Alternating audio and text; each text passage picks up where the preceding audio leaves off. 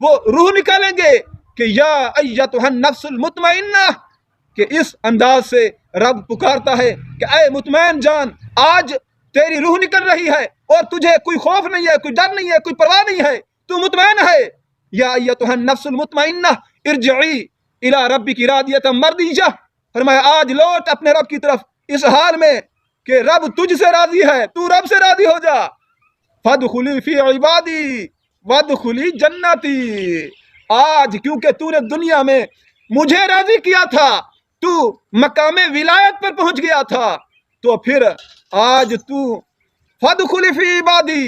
میرے نیک بندوں میں داخل ہو جا، میرے اولیاء میں داخل ہو جا،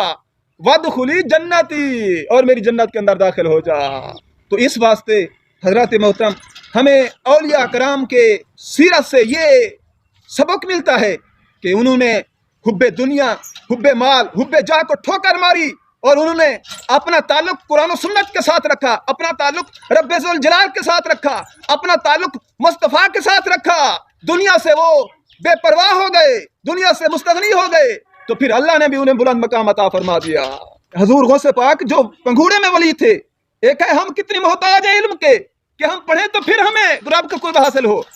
اور جو پنگھوڑے میں ولی تھے، اب یہ بھی میں آپ کے سامنے آپ کی جو کرامات ہیں، یعنی بچپن کی کرامات، اور ماں کے پیٹ کے اندر حضور غوث اعظم رضی اللہ تعالیٰ عنہ کی جو کرامات ہیں، اور پھر بعد میں بچپن کی دودھ پیتے وقت کی جو کرامات ہیں، وہ ذرا آپ سماعت فرمائیں۔ تو حضرات محترم، کیونکہ آپ کی والدہ، آپ 18 سپارے قرآن مجید کے حفظ کیے ہوئے تھے، تو 18 پاروں کی حافظہ تھی آپ، جب آپ پڑھتی تھی ان 18 پاروں کو، تو میرے غوث پاک کو اللہ نے اتنا شان سے نوازا، جس طرح ماں نے 18 پارے حفظ کیے ہوئے تھے، اسی طرح غوث پاک نے ماں کی پیٹ کے اندر 18 پارے حفظ کر لیے۔ اس عمر میں پہنچے کہ آپ کو آپ کی والدہ لے کر جب مدرسے کے اندر گئیں اور استاد صاحب سے کہا کہ انہیں پڑھائیں، تو استاد صاحب نے جب آپ کو اعوذ باللہ من الشیطان الرجیم اور بسم اللہ الرحمن الرحیم پڑھایا، تو آپ نے یہ پڑھ کر آگے استاد صاحب کو فرمایا، استاد صاحب آگے سے 19 سپارے کے شروع میں مجھے سبق دیں، 19 کے شروع میں۔ نے کہا ابھی تو سورہ فاتحہ رہتی ہے، ابھی تو پہلا سپارہ رہتا ہے، ابھی دوسرا ہے، ابھی تیسرا ہے، ابھی 18 سپارے ہیں، اور تو کہتا ہے کہ مجھے 19 سپارے کے شروع میں مجھے سبق دیا جائے۔ آپ نے فرمایا استاد صاحب مجھ سے سن لیجئے، تو آپ نے الحمد سے شروع کیا اور 18 سپارے مکمل استاد صاحب کو سنائے۔ تو یہ آپ کو بچپن کے اندر اللہ تعالیٰ نے اتنا شانوں سے نواز دیا، اور پھر اس کے بعد آپ جس وقت ماں کا دودھ پیتے تھے، اس وقت جو آپ کی کرامت سامنے آئی، یہ اللہ کے ولی کی کرامت تھی کہ آپ دن کو رمضان شریف میں دن کو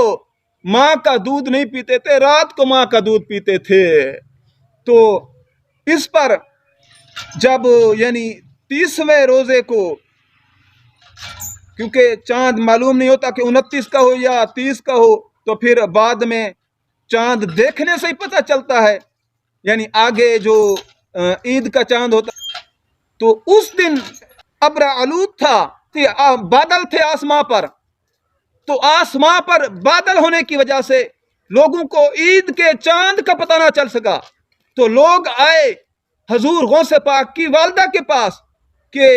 صبح، یعنی جب صبح کا وقت ہوا تو لوگ آئے اور آ کر معلوم کیا کہ آج صبح آپ کے بیٹے نے آپ کا دودھ پیا ہے یا نہیں پیا۔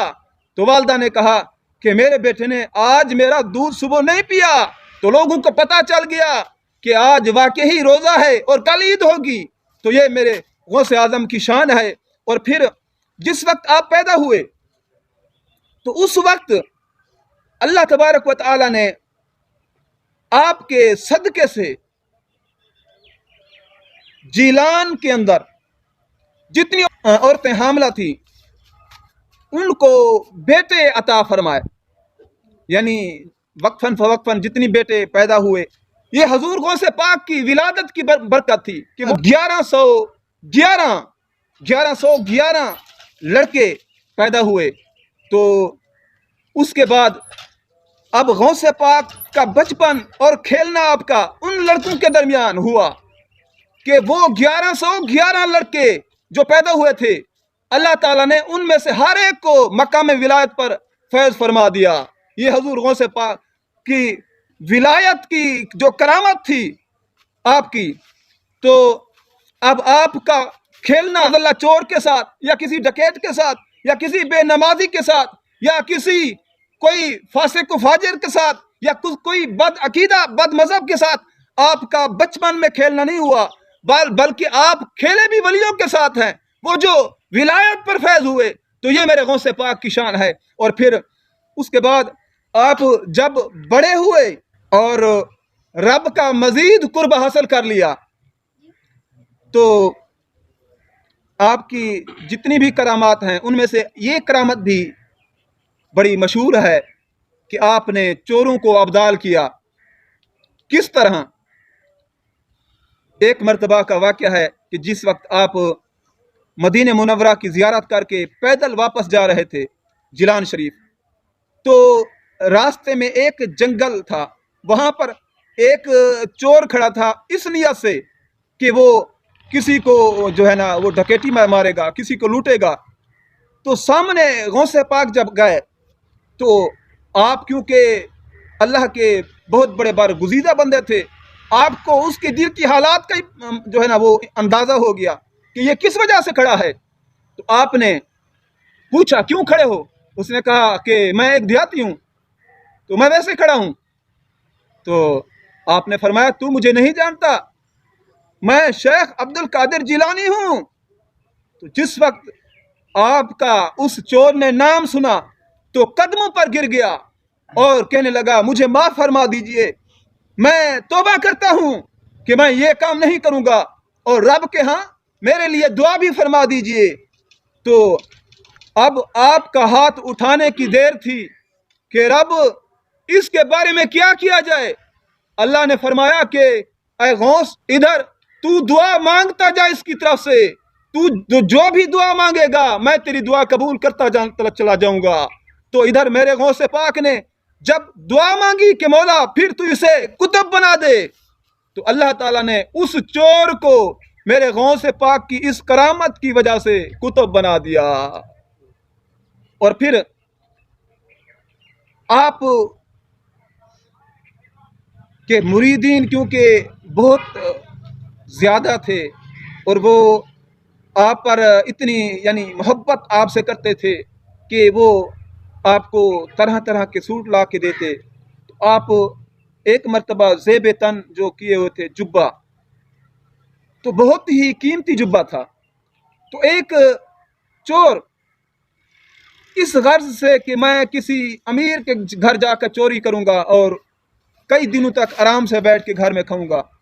تو وہ اس گھر سے اس جو ہے نا غرض سے وہ نکلا اور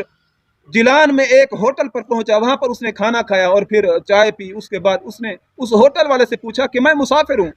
اور میں کہیں کسی امیر کے گھر رات بسر کرنا چاہتا ہوں، مجھے آپ بتا دیں کوئی امیر کا پتہ۔ تو اس نے کہا کہ ایک بہت بڑے اللہ کے برگزیدہ بندے بھی ہیں اور بہت بڑے امیر بھی ہیں، آپ ادھر چلے جائیں، وہ آپ کو وہاں پر ان کا آستانہ ہے، وہاں پر آپ سکون کریں، آرام رات گزاریں۔ تو اتنا ابھی وہ باتیں کر ہی رہے تھے کہ اچانک حضور غوث پاک رضی اللہ تعالیٰ عنہ کا وہاں سے گزر ہوا اس انداز میں کہ لوگوں کا ہجوم تھا،